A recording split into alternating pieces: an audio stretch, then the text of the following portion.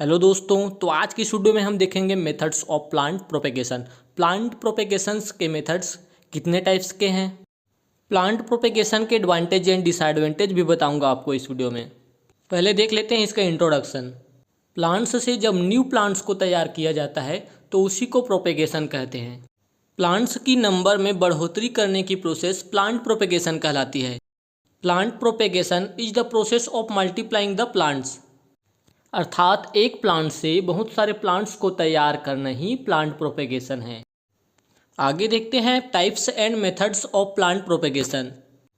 Plant propagation दो प्रकार से किए जा सकते हैं, जो कि सेक्सुअल प्रोपेगेशन और असेक्सुअल प्रोपेगेशन कहलाते हैं।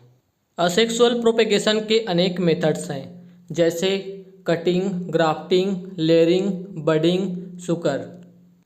इसमें कटिंग करने वाले भी 3 मेथड्स हैं, leaf cutting, root cutting, stem cutting. तथा लेयरिंग के 2 मेथड्स हैं, soil layering and air layering. अब इसको हम डिटेल में देखेंगे। पहले देखते हैं सेक्सुअल प्रोपेगेशन। जब न्यू प्लांट सीड के थ्रू रेडी होता है उसे ही सेक्सुअल प्रोपेगेशन कहते हैं। इस प्रोसेस में प्लांट्स को सीड्स के थ्रू तैयार किया जाता है, बिकॉज सीड्स का फॉर्मेशन सेक्सुअल रिप्रोडक्शन से होता है, मेल व फीमेल गैमेट के फ्यूजन से होता है, इसलिए इसे सेक्सुअल प्रोपेगेशन कहते हैं। अर्थात इसमें प्रोपेगेशन के लिए सीड का यूज होगा, मेल और फीमेल गैमेट जो है वो भाग लेंगे। सेक्सुअल प्रोपेगेशन के कुछ एडवांटेज देख लेते हैं। सीड से प्रोपेगेशन आसान होता है, प्लांट्स की लाइफ साइकिल अधिक होती है, न्यू प्लांट्स का फॉर्मेशन इसी से होता है। सीड से पैदा होने वाले प्लांट्स लॉन्ग एज वाले, सॉइल, जलवायु तथा डिजीज के प्रति अधिक सहनशील, टॉलरेंट होते हैं। तो इसके एडवांटेज हमने देखा, आसान होता है प्रोपेगेशन, लाइफ साइकिल लंबी होती है, न्यू प्लांट्स का फॉर्मेशन। न्यू प्लांट का फॉर्मेशन से मतलब होता है न्यू वैरायटी के प्लांट का फॉर्मेशन, लंबी आयु वाले होंगे, डिजीज के प्रति अधिक सहनशील होंगे। इसके अतिरिक्त सेक्सुअल प्रोपेगेशन के कुछ डिसएडवांटेज भी होते हैं। सीड से तैयार होने वाले प्लांट्स में समगुण बदल जाते हैं। इन प्लांट्स में फ्रूट्स, फ्लावर लेट से आते हैं। अगला देखते हैं असेक्सुअल प्रोपेगेशन। सीड्स के अतिरिक्त प्लांट्स के किसी भी पार्ट से प्लांट्स का फॉर्मेशन करना ही वेजिटेटिव प्रोपेगेशन या असेक्सुअल प्रोपेगेशन कहलाता है। आगे देखते हैं एडवांटेज ऑफ असेक्सुअल प्रोपेगेशन।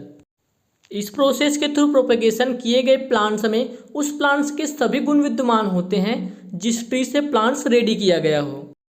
यदि कुछ ट्री में बहुत से अच्छे गुण हैं तो उनके गुण को बनाए रखने के लिए असेक्सुअल प्रोपेगेशन को अपनाते हैं। सीड रहित प्लांट्स को इसी विधि के थ्रू रेडी किया जाता है। एग्जाम्पल केला, मनी प्लांट, देवदार, चीड़, एलोवेरा etc। इस प्रोसेस से ट्री जल्दी रेडी हो जाते हैं, जिस वजह से उन पर फ्रूट एंड फ्लावर जल्दी लगते हैं। असेक्सुअल प्रोपेगेशन में भी कुछ कमियां हैं जिनको हम देख लेते हैं। इस प्रोसेस के थ्रू न्यू वैरायटी का फॉर्मेशन नहीं किया जा सकता है। यह प्रोसेस सभी प्लांट्स में पॉसिबल नहीं है, जैसे कि पपाया। इस पूरे प्रोसेस में खर्च बहुत अधिक होते हैं। इस मेथड से रेडी किए गए प्लांट्स की एज कम होती है। तो इसकी कमियां क्या है? तो इसमें न्यू वैरायटी का फॉर्मेशन नहीं कर सकते हैं, यह प्रोसेस सभी प्लांट्स में अप्लाई नहीं किया जा सकता, साथ ही अधिक खर्चीले होते हैं और इस मेथड से रेडी किए गए प्लांट्स की एज लंबी नहीं होगी। दोस्तों आगे देखते हैं मेथड्स ऑफ वेजिटेटिव, या इसी को बोलते हैं asexual plant propagation. Asexual plant propagations के अनेक मेथड्स हैं जिन्हें हम कंटिन्यू देखेंगे। पहले देखते हैं कटिंग करना। ट्री के किसी भी पार्ट को कट करके किसी अलग स्थान पर लगाना जिससे न्यू प्लांट्स रेडी हो सके, कटिंग कहलाता है। There are 3 types. पहले देखते हैं लीफ कटिंग। इस प्रोसेस में लीफ को कट करके न्यू प्लांट्स का फॉर्मेशन किया जाता है।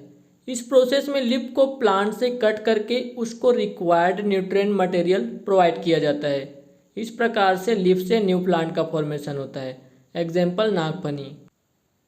जैसा कि आप देख रहे हैं कि यहाँ पे एक नागफनी का लीव्स है, इसको सॉइल पर कटिंग करके लगाया गया है न्यूट्रिएंट मीडिया के साथ। तो ये क्या कर रहा है कि यहाँ पे कुछ टाइम बाद रूट से निकलने लगती है, यहाँ से ये जो रूट्स है सॉइल पर फैलने लगती है, फैलने के साथ साथ यहाँ पे जो न्यू लीव्स है वो निकलने लगती है। फिर इसको रूट्स और थोड़ी ग्रोथ के साथ हम क्या करेंगे, इसको गमले में लगा देंगे। इस प्रकार से एक नया पौधा तैयार हो जाता है। अगला है रूट की कटिंग। प्लांट्स की रूट की कटिंग के लिए कम से कम 1 सेंटीमीटर व्यास वाली रूट को सेलेक्ट किया जाता है। इस प्रोसेस में रूट की लेंथ समथिंग 2.5 से 15 सेंटीमीटर तक की रखनी चाहिए। एग्जाम्पल रोज़, विल्ड एप्पल, etc। रूट की कटिंग के लिए पहले तो हम प्लांट सेलेक्ट करेंगे, फिर उस प्लांट्स की जड़ को निकाल करके कटिंग करेंगे। कटिंग करने के बाद उसे हम एनवायरनमेंट में लगा देंगे। फिर जब वहाँ से न्यू प्लांट्स का डेवलपमेंट होना स्टार्ट होगा, जैसे कि वहाँ से रूट्स आएंगी, फिर छोटी छोटी जो लीव्स हैं वो निकलनी स्टार्ट होंगी, तब हम क्या करेंगे, उसको अदर जगह जैसे गमला है वहाँ पे भी लगा सकते हैं। तो इस प्रकार से रूट से एक न्यू प्लांट्स का डेवलपमेंट होता है। अगला है स्टेम की कटिंग। स्टेम से कुछ भाग को लेकर न्यू प्लांट्स को रेडी करना स्टेम कटिंग कहलाता है। एग्जाम्पल रोज़, हिबिस्कस, पॉपुलर। इस डायग्राम के जरिए आप लोग समझ सकते हैं, यहाँ पे एक स्टेम है जिसको कटिंग कर लिया गया है। कटिंग करने के बाद इसको गमले में लगाया गया है। कुछ टाइम बाद यहाँ पे ये वाइट कलर की आपको दिखाई दे रहा होगा कि यहाँ पे जो रूट्स है वो निकलने लगी है। साथ ही स्टेम के ऊपर वाले भाग में टॉप की तरफ अगर देखें तो नई नई ब्रांचेस हैं ग्रीन कलर की, वो दिखाई देने लगी हैं। तो इस प्रकार से यहाँ पे स्टेम से भी एक न्यू प्लांट्स को डेवलप किया जा सकता है। अगला देखेंगे लेयरिंग। इस प्रोसेस से भी न्यू प्लांट्स को तैयार किया जाता है। इसके 2 मेथड्स हैं। फर्स्ट देखेंगे एयर लेयरिंग। इसके अंतर्गत ट्री की ब्रांचेस पर कट लगाया जाता है।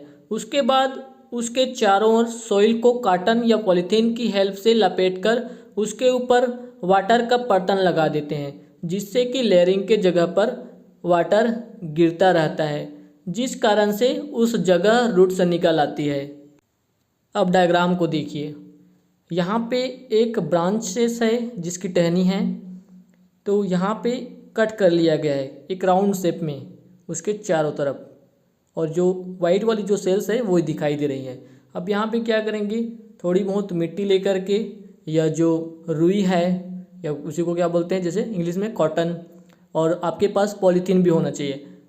तो सबसे पहले गीली मिट्टी है उसको डालेंगे न्यूट्रिएंट मीडियम के साथ, फिर उसके ऊपर कॉटन डालेंगे, फिर पॉलीथीन।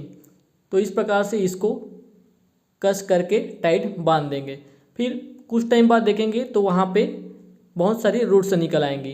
फिर उस रूट्स जहाँ पे निकली है उस वाले भाग को टॉप से काट करके अलग कर देंगे और उसे गमले में लगाएंगे। तो इस प्रकार से एक न्यू प्लांट्स का फॉर्मेशन हो जाता है। किसके थ्रू? लेयरिंग के थ्रू। अगला देखते हैं सॉइल लेयरिंग। यह प्रोसेस उन ट्री में अपनाई जाती है जिनकी ब्रांचेस सॉइल के ऊपर हो या फिर मुलायम हो, जिन्हें आसानी से ज़मीन तक लाया जा सके। उसके बाद ट्री की ब्रांचेस में कट लगाकर सॉइल में दबा देते हैं, जिससे उस एरिया में रूट का फॉर्मेशन हो जाता है। उसके बाद उसे इसके मुख्य ट्री से अलग कर लिया जाता है। जैसा कि डायग्राम में शो हो रहा है, यहाँ पे एक ट्री की मुलायम टहनी है जिसे ज़मीन के अंदर दबा दिया गया है। अब यहाँ पे इस टहनी से न जाने बहुत सारे जो प्लांट्स हैं वो तैयार होंगे।